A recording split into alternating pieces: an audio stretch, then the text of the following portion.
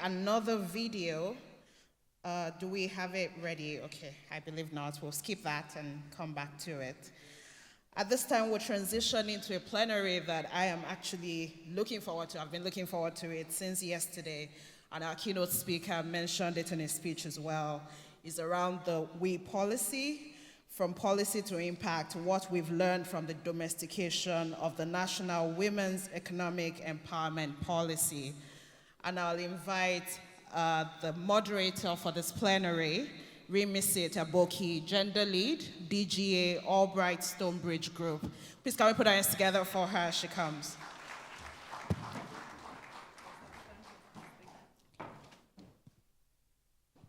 Your Excellencies, distinguished ladies and gentlemen, good morning. I have the honor to talk about a panel that we have been waiting for since yesterday, and we're going to take a different approach to this. We're going to do a plug and play. We're going to hear directly from the women, the grassroots women, and I have one today here which I'll be introducing soon. So this panel, we're going to be talking about the National Women's Economic Empowerment Policy. We're going to evaluate the strides, what has been happening, what we have been achieving in the states that have domesticated the Women's Economic Empowerment Policy. So we're going to explore the impact and then the direction that this has been going. My name is Ringmichit Temlong, and I have the privilege of moderating this session. So I would like to call my first panelist today. Her name is Iyaloja Abiodun Omalora. Please, you're welcome, ma. She's the market leader representing traders again across Ikeja. I'm sorry if I didn't pronounce your name well. Please come up stage. Mrs. Jalilat Ismail, she's the divisional head of small and medium-sized enterprise lending at the Bank of Industry. You're welcome, ma'am.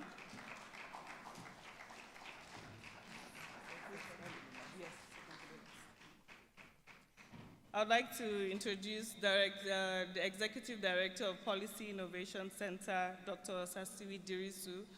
You're welcome, ma'am.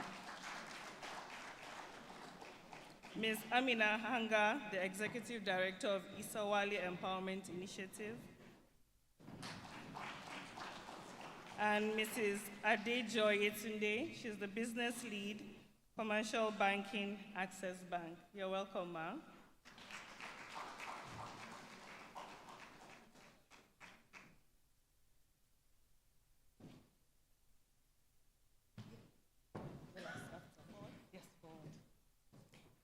We didn't plan this, but we have all women. It was not planned. So,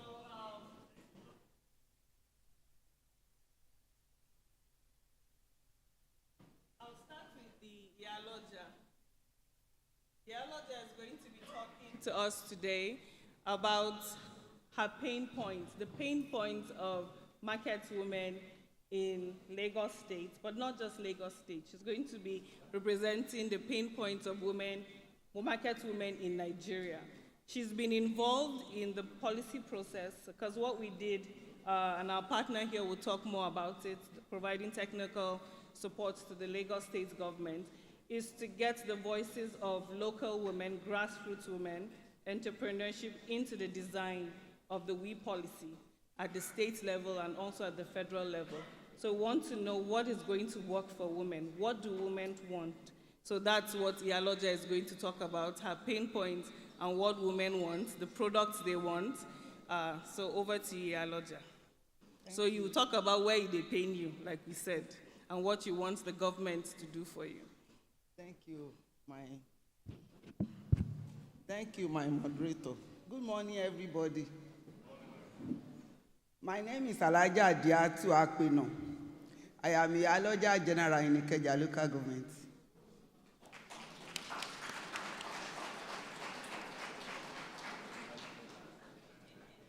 As Iyaloja General,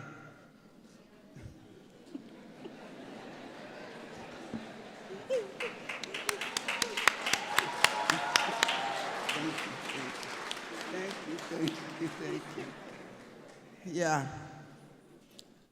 I know the pains that the market people face, especially women. We have market women and we have men in the market.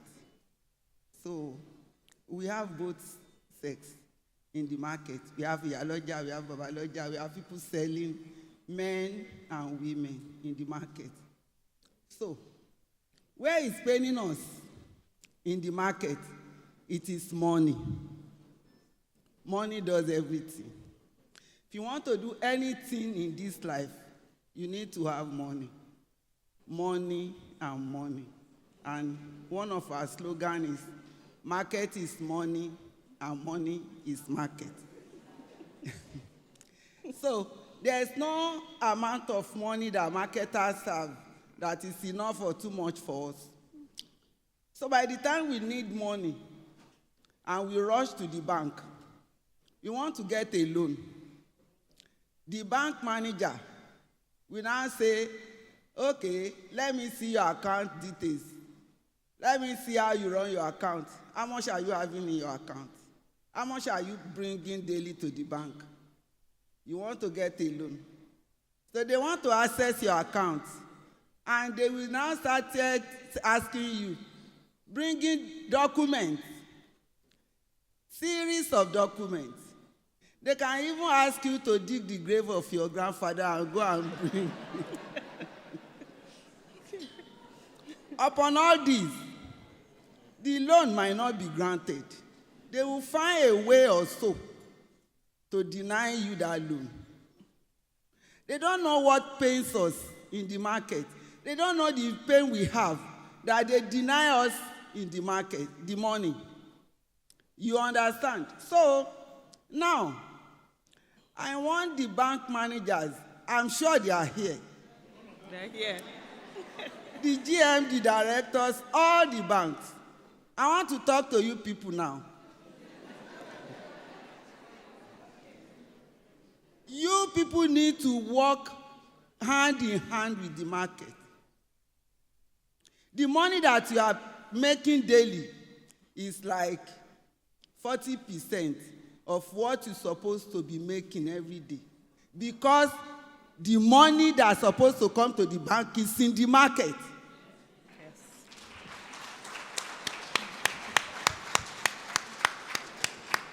Marketers are afraid of the banks because they are saying there's no benefit they derive from the banks.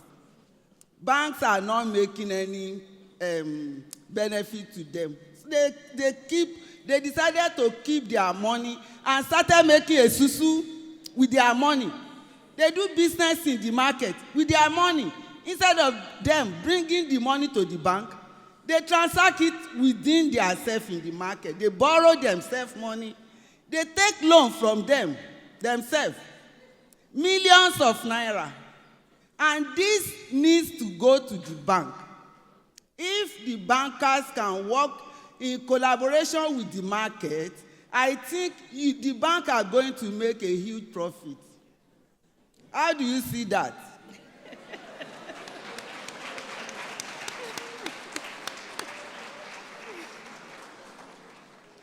I am appealing. I'm not forcing the bank. Because me, I did not go to school. I am Iyaloja. The bankers, they have different degrees. So many kinds of degree in banking. Me, I am Iyaloja. I can still control the bank manager.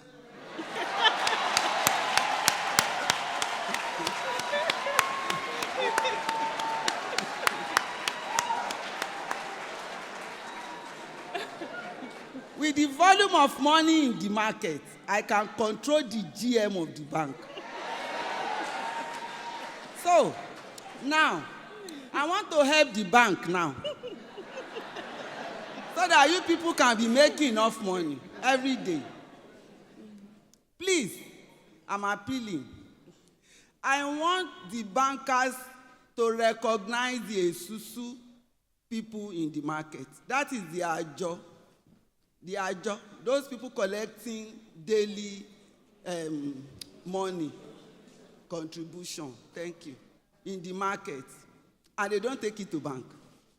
Because they are using it as they are collecting it, they are using it. But I want you to look for a way. We can bring them to you so that you collaborate with them, register them, give them percentage from what they make, assist them. If they need huge money, assist them, give them money, let them trade with your money. The money is coming back to you. Give them the percentage of whatever they make daily. I don't know if I'm on the right path. Secondly, the bankers, they sit in the office with their coat and tie in the AC. They decide what is going to be about money. Exchange is what I'm talking now. They will just bring out any amount they feel is okay for the market on exchange rates, which is hot iron on our body. Because in the market, we don't sell only local, we sell international things too. A lot of international goods that we used to buy. We deal with exchange. We change dollars. We change pounds. We change exchange, no matter the type of currency we buy.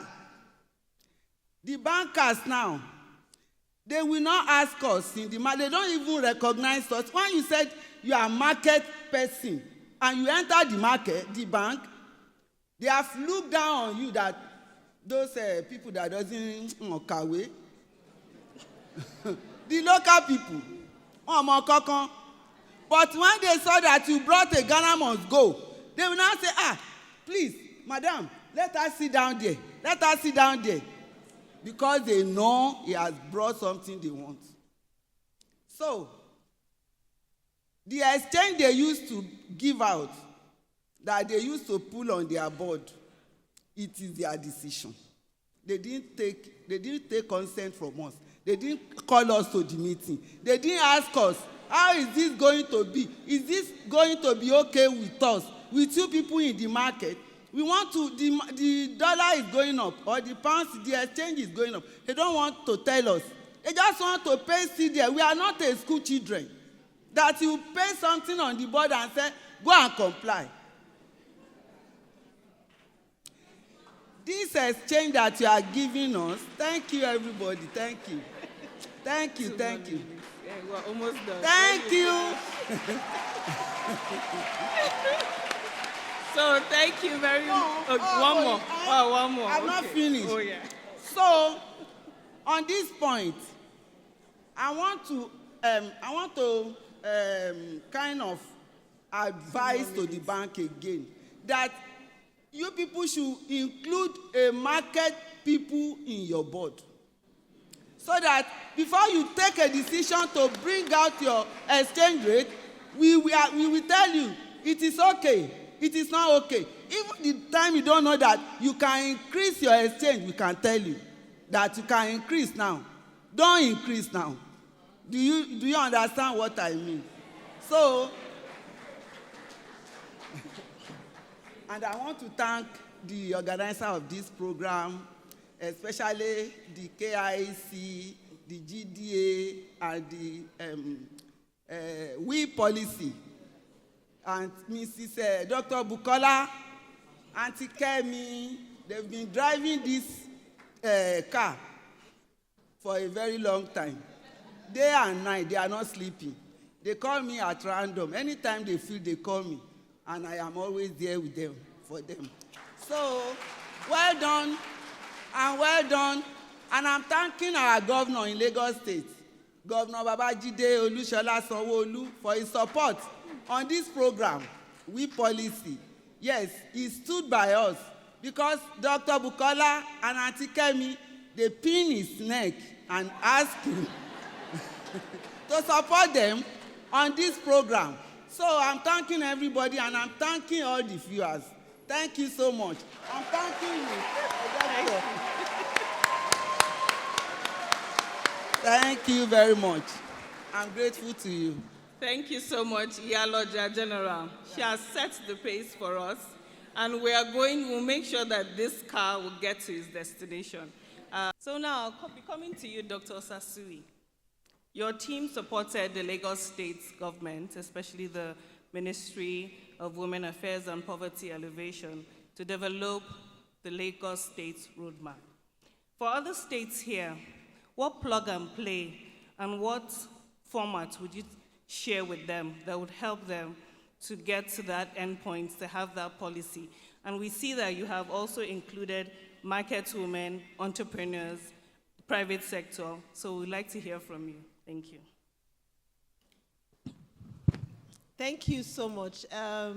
Thank you so much, Iyaloja. She actually exemplifies why the theme for this year's summit is new voices and new approaches. New voices means bring the voices that are not normally in the room into the room and let them amplify their voices themselves. Sometimes when we try to tell people's stories, we fall short of really being able to reflect their pain points. So she said it all. When we started this journey last year, supporting ASG and the Gates Foundation to domesticate the policy, the WE policy in Lagos, we drew learnings from some policy work we had done in other states in Nigeria on different things, digital, governance policies, and we use a bottom-up approach. And the reason why we use a bottom-up approach is because our slogan is policy for humans, so not policy for the table or the desk or the boardroom, but policies that can impact on the lives of humans. So first of all, that means that these policies must speak to their pain points, their lived experiences, their reality. And so we started by doing wide-range consultations. Sometimes it looks very easy to kind of assume that we know what people need, right? But unless you really sit down and speak to them, it's very difficult to reflect the nuances of how people experience governance, like, so like now you're handing out money or you're providing resources. What's the benefit of providing those resources if we don't look to the last mile as to how this will be impactful for them?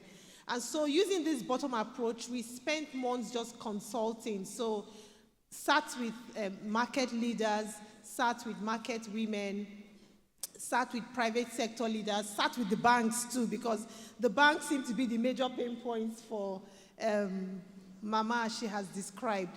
And then just started bringing all those conversations together and trying to make sense of what exactly is the problem. How can we define the problem of lack of empowerment of women? So defining that problem.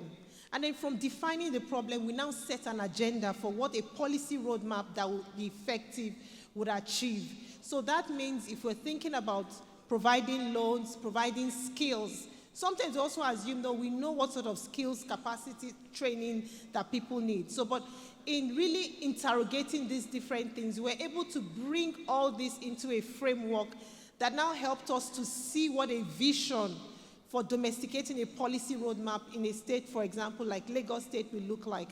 And then through a consultative process, we took all this data back to these agencies in the state and said, this is the data coming from the field. Let's work together to validate this data. And it was also not an easy process. It had to be back and forth because some ministries will say, does this really reflect what is happening in our state? And then we have to go back, come back, go back, forth, get some additional information, refine what we're doing, ensure that this is speaking to the realistic capacity of the state to work and looking at the time frame that will be needed to achieve the different milestones. Also co-creating the targets with the communities and the groups we are working with and the state. So working through this very iterative framework over the past year, we're finally able to come up with a framework that speaks to the realities of the women who will be beneficiaries of this policy, but also speaks to the realities of the agencies that will be at the center of implementing these policies, and also speaks to what is feasible and achievable within a 10 to 20 year time frame.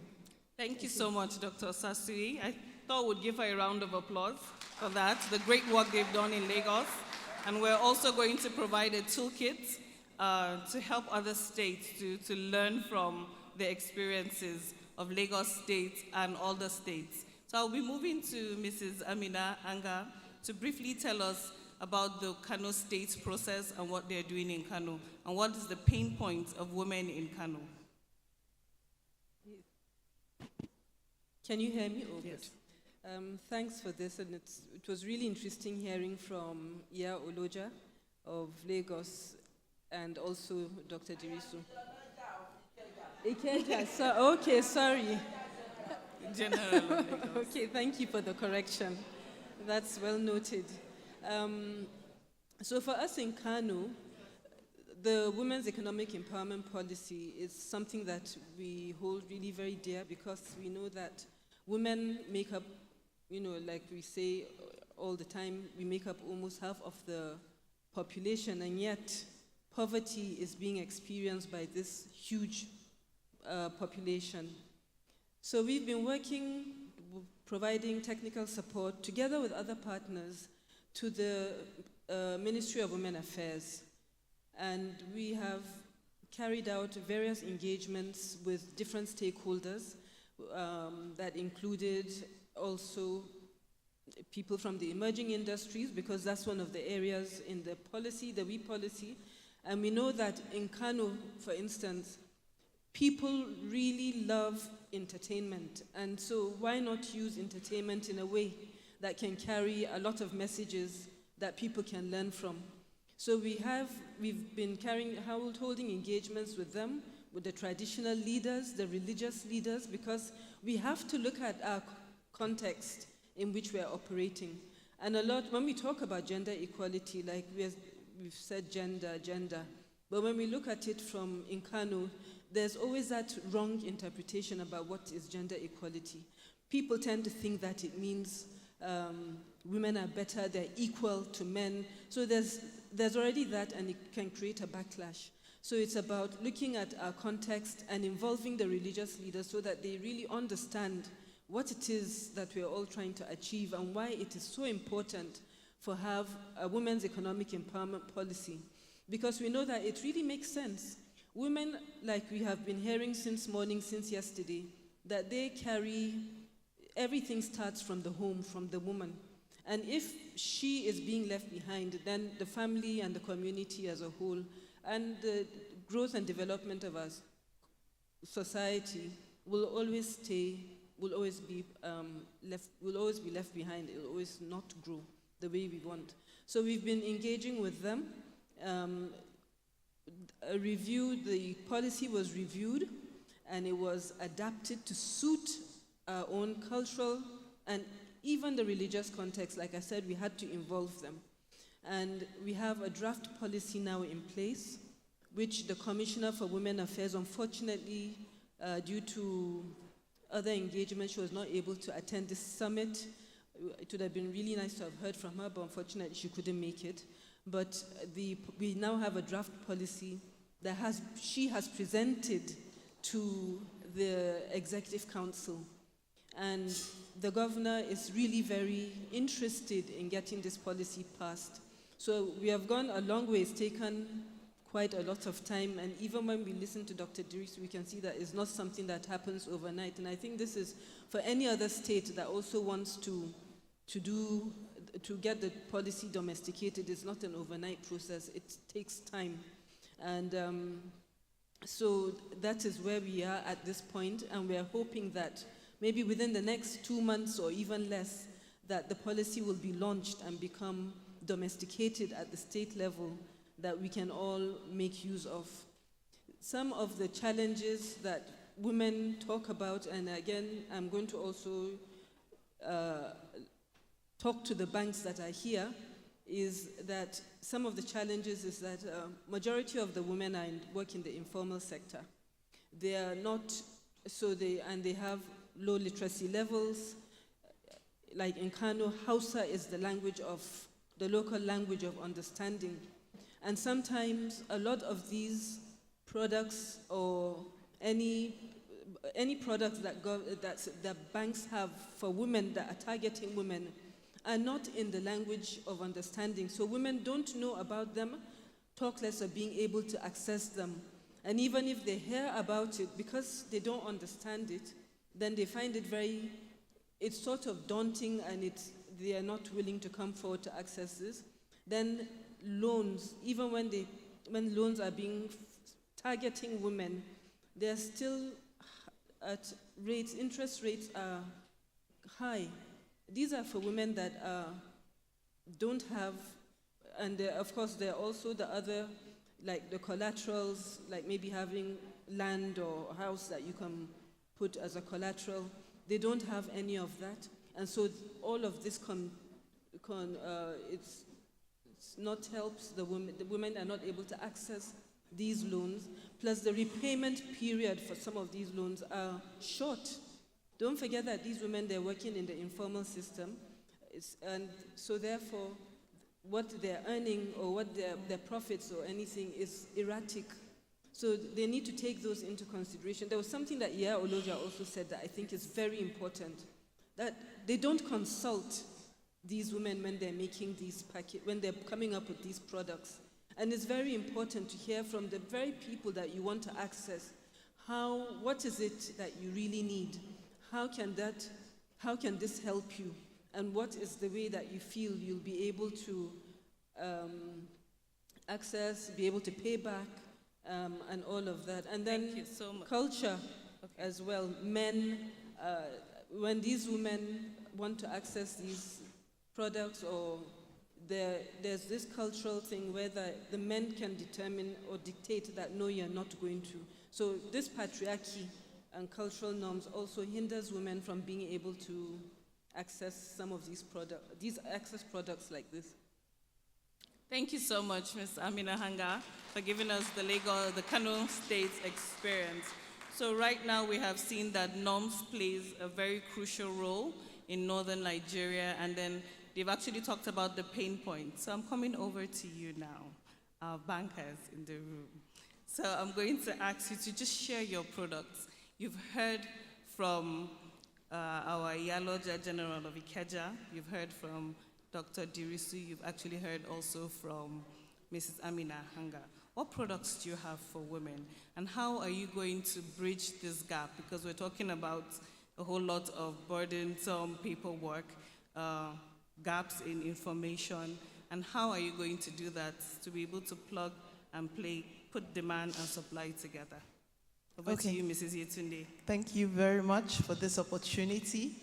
And before I respond, I want to celebrate Nigerian women like Iyaloja and mothers who continue to thrive, who continue to hustle day by day. My mom, your aunt, your sister, I want us to celebrate women like that who make the difference. Women who gave us education, who sold their clothes, sold fish, sold whatever it is for us to thrive. You know, listening to Iyaloja was very insightful.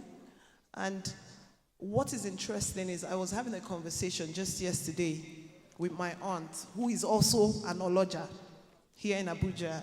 And she was sharing just basically the same pain points. So she was sharing with me the breakdown of charges that she got from another bank and how it's difficult to get facilities, etc. And we were having a conversation. So thank you, Iyaloja. Before I go into our products, I just want to react to some of the things she said. Iyaloja, bankers are guilty. Thank you. So thank you for that feedback. It is very relevant and it is very important to us. As banks, we recognize that the Esusu system is a system that has worked for years. A lot of people use it informally, and that's why for us at Access Bank, one of the things we did, if you have access to our app, is we have an Esusu platform that actually allows digital Esusu to take shape. Because we note that Esusu works in a way, but we also see that some people have been ripped off over the course of the year with the Esusu guy just disappearing from the market.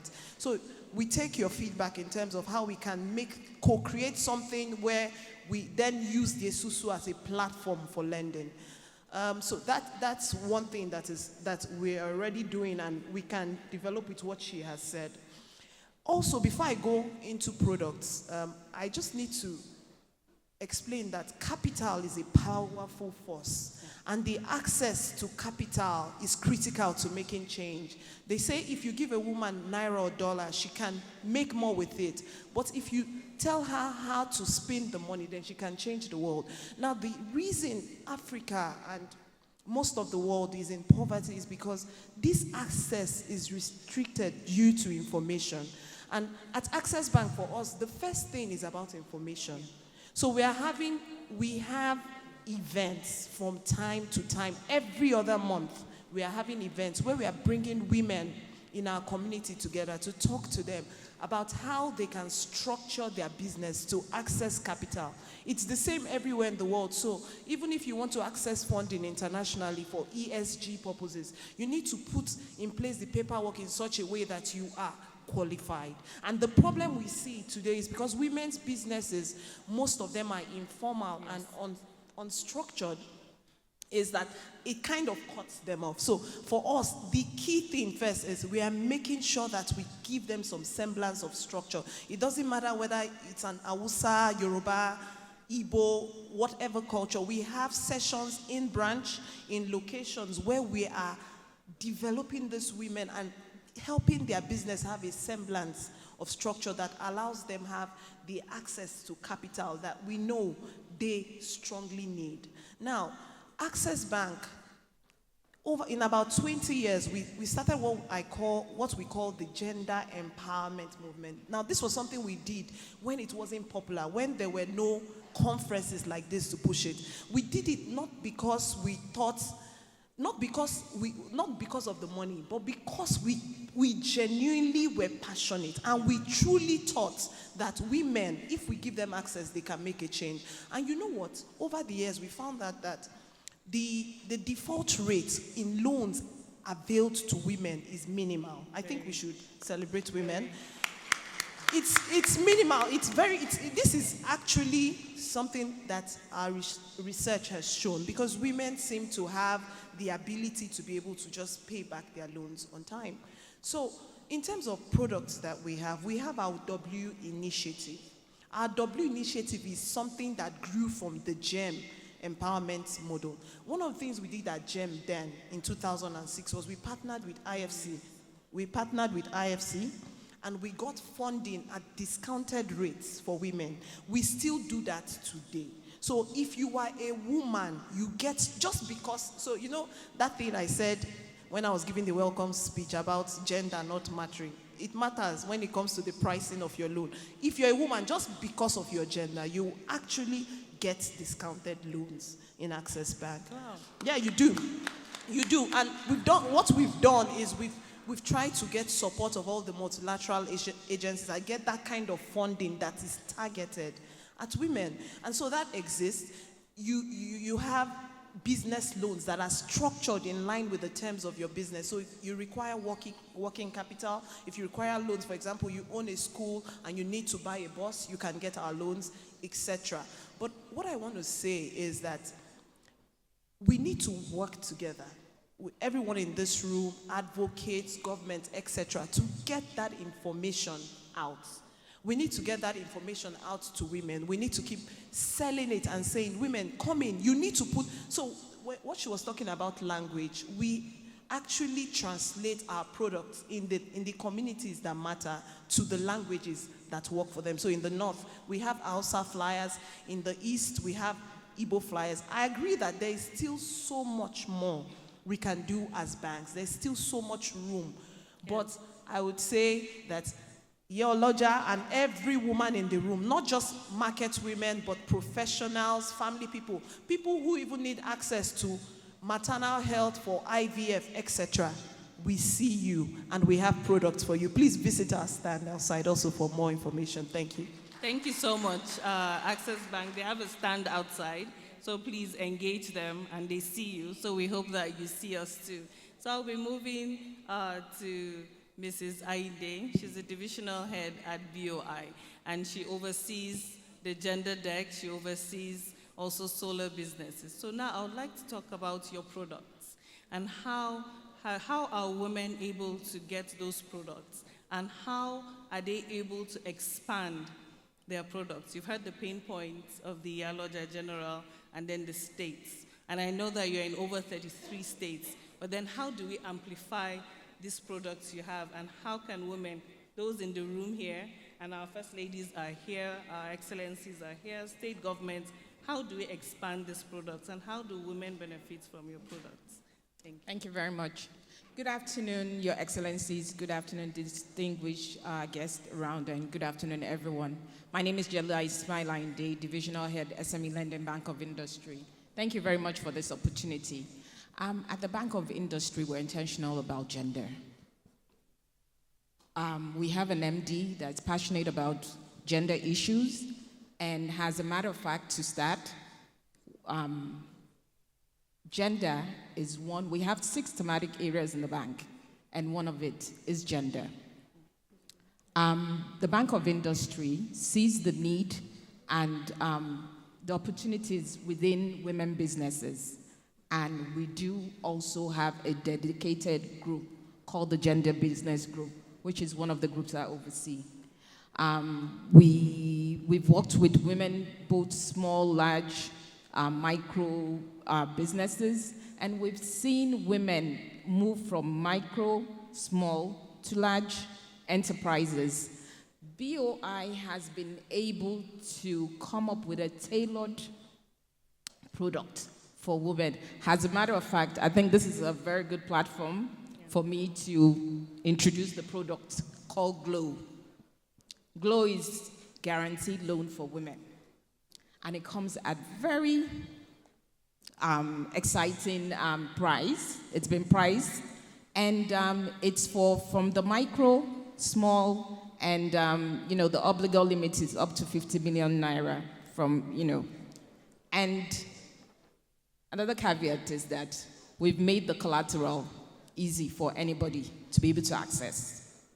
So what I'm trying to say is that, so at the Bank of Industry, we've seen the pain points of women in the market, women in different areas, geopolitical zone in Nigeria, and we came up with this Glow product. We spoke to women group, different women working groups, women in business, women in Chamber of Mines and Industry, and we came up with this product. So we didn't just come up with the product sitting in our offices. Yes. We engaged the women, and we asked questions in terms of collateral requirements. We understand that a lot of women started their businesses in their homes, and they don't have documentation. The Bank of Industry has been able to institute what we call business development providers, service providers, BDSPs. What do the BDSPs do? BDSPs will work with women. For instance, someone has an homegrown business, home-based service business, whether they're catering or they have a service that they provide. They don't keep financial statements. They don't have books. They don't have tax returns. These BDSPs are, in place to be able to put their books together for them to be able to be bankable and to access finance. We see the challenge of access to finance for women, especially when it comes to collateral. So this dedicated new product, the Glow product, asks for minimal requirements. We look at things like personal guarantees, personal guarantors, the business owner being a guarantor for their own businesses. So depending on the amount of the loans, as low as 5 million, you would just need one personal guarantor. And the loan, the interest rate is really low. So we have just one price. The pricing is low, it's at 7%, all in. So you don't have those other fees that come in place. And we'll be launching the portal for this Glow product as of the 1st of October, so everybody can access to it. The reach. Yes. We also see that there's always the challenge whereby, we have the market women or whatever business are in different parts of the country. Not everybody's educated, like Mama Aloja said. Some people speak Hausa, Yoruba, Igbo. Bank of Industry has come up with a campaign to go on radio programs, do jingles, sit in programs, and speak the indigenous languages. We have members of staff that will be doing that, especially for this Glow. So we're not just going to do flyers. I mean, flyers can even be in Yoruba, but somebody might not even be able to read it. So we'll have people speak the indigenous language. BOI also has a wide reach. We're in 33 locations, but physical locations, but we are in every state in Nigeria. So whether you're a small business, whether you're a micro business, whether you're a medium business, BOI is there for you. So we've seen businesses grow from the micro stage, and they have graduated into large, corporates. So BOI being a gender-sensitive bank, being intentional about gender business, we're open for business, and we would work with, groups, organize women groups, state governments. We do have partnerships with different states, and we're here for business, for women. Thank you. Thank you so much, Mrs. Ainda. You've actually just even given your close-up call to action that you're open to work with state governments, able to work with all of us here to be able to empower women in Nigeria. So our time is up, unfortunately, but we'll continue this conversation. Now we know the pain points and we know the products our banks have for women. And also we want to thank the state governors, Nigeria Governor Spouses Forum. Some states have started domesticating the WE policy. Kwara is on. We see and we thank you. That was done a couple of months ago. So we're looking forward to seeing more women empowered in the states, and hopefully these products would be there and women will access them. But we'll start with the women here in the room. Please engage the booths, Access Bank booths. Thank you so much. Thank you. Thank you very much. Fantastic plenary on what we've learned from domestication of the National Women's Economic Empowerment Policy. We can take photographs now. We'll just do that quickly.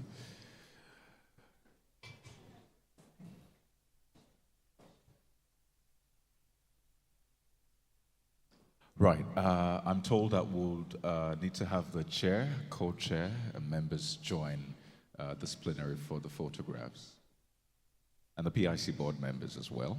So please come to the stage, PIC board members, chair, co-chair, for photographs. Thank you very much. Well, Your Excellencies, distinguished guests, ladies and gentlemen, I'm excited to announce to you that we have an opportunity to stretch a little bit, and that's because it is time for a breakout sessions, right? And I'll list out the different breakout sessions and the rooms where they'll be happening, so that provides